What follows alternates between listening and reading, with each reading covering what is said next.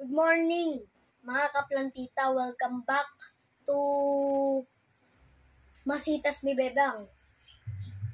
Dahil po, ano po hanap nyo? Ito pong Black Velvet. Mura lang po to, mga 200 pesos. Kasi po sa mga ibang live, magkano to? Mga 350. Ito po, Calathea. Mura lang po to, 160 pesos. Kasi po sa iba, 200 po to, katulad ng Black Velvet. So, ito nga pala po, Aglonema Pink. Napakaganda po niya. So, ito nga po, Aglonema Pink. Napakaganda po niyan. 100 lang. Po, ito po. Ano ulit yun? Pink Syngonium. Malaki po to. 150 lang po to, 150. Mine nyo na po. Mine.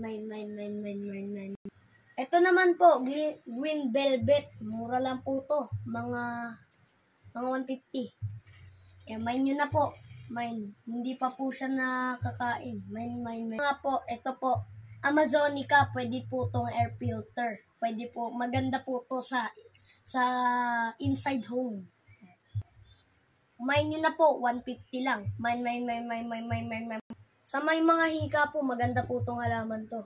Dahil po, ito din po ay air filter. Mas maganda pa po sa isa pong plant. Peace lily po. 150 lang po. Mine nyo na po. Mine. Ito naman po, Wellfin. Napakaganda po niyan. 200 pesos po siya. Mine nyo na po. Dahil po, ito naman po, prayer plant. 100 lang po.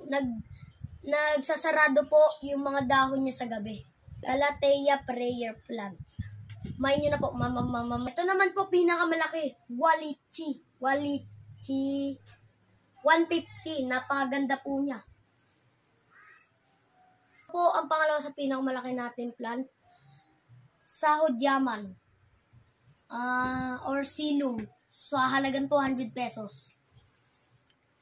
Yun na po, mama. Sa mga interested po, chat nyo lang po ako sa Facebook o kaya sa Messenger.